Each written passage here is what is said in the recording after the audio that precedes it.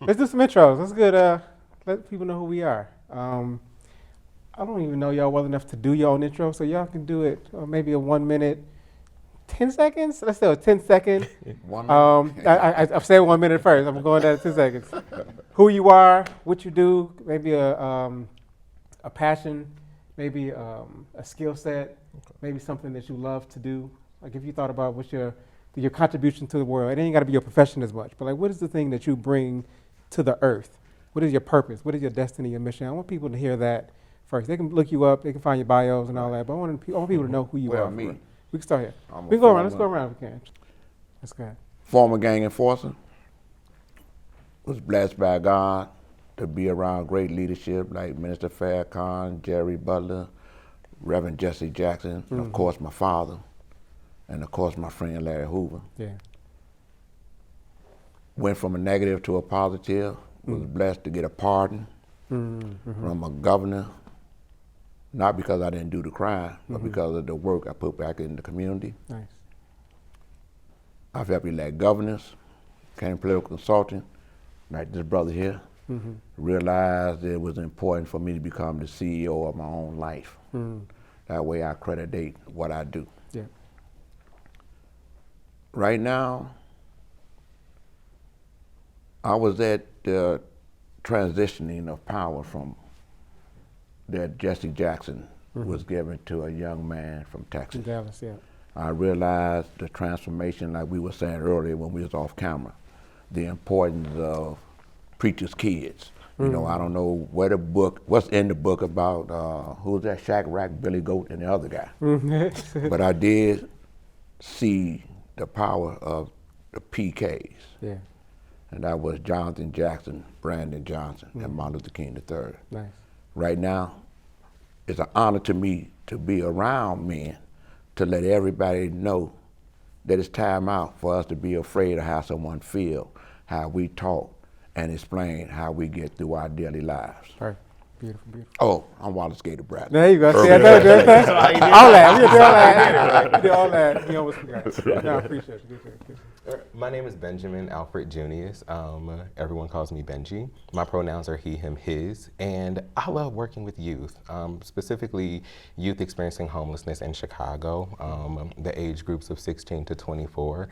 And a passion of mine is really organizational development. So I love taking the relationships with young people and going into organizations, serving that very population and training their teams to implement proper models of care to be effective. And so I'm happy to be here. Love it. It's a terrifying job. It's a lot of fun. 16-year-old homeless kids just breaks my heart. Just that idea. Just breaks my heart. So Never a dull moment. we'll come back to that. Yeah. Yes. So my name is Jordan Sorrell. Story starts on the south side of Chicago, actually in Bronzeville, Michael Reese Hospital. So family came from the south, from Louisiana, and migrated up here. And so I'm, blessed to be with family that was business owners to social workers to educators. And that's kind of been interwoven into everything I've done in my life, from serving and helping community impact work to just trying to help build up other people as well. And that's currently what I do too, is work across 3 states to do that. So making sure that people have not only computers but connectivity, but they can use it for their everyday lives. Because what I've heard is the service that we pay is the space that we occupy on this earth. And so that's what kind of my mantra is. That's good. I'm sorry? Say that one again. So service is a space that we pay for, the rent that we pay, thank you, Yeah. for the space we occupy on this earth. And so that's kind of just been the mantra of everything I've done, with service, with helping others, and actually mentoring. I was actually with a young man the other day, Howard University.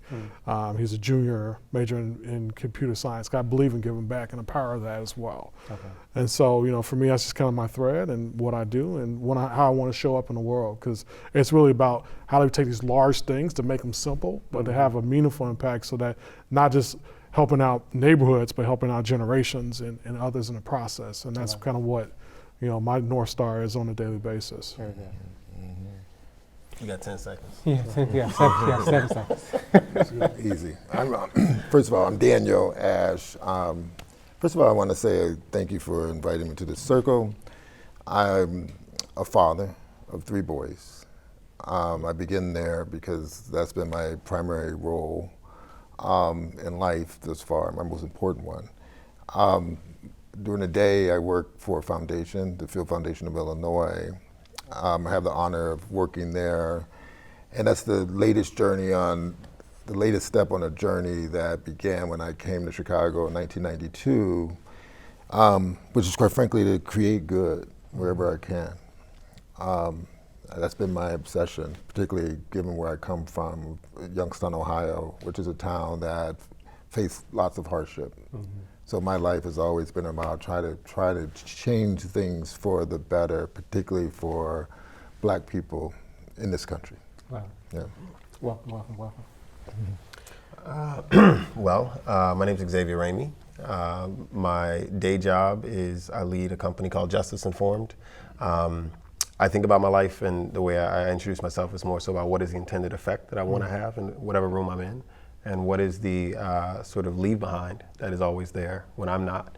I'm constantly in this teaching space. I'm constantly in this teaching space, but I prefer to teach out of testimony versus out of strategy, meaning that I teach what I've already done versus I teach what I hope gets done. And it's tough because, I always find myself being in the space of being a bridge between people who don't necessarily see each other or even agree. And that's why my life mantra is very much that, we hold each other, we hold people as they thrash into learning about people they didn't know they weren't choosing. And that as we do that holding, and as I do that holding, I'm constantly listening for fear and not to it.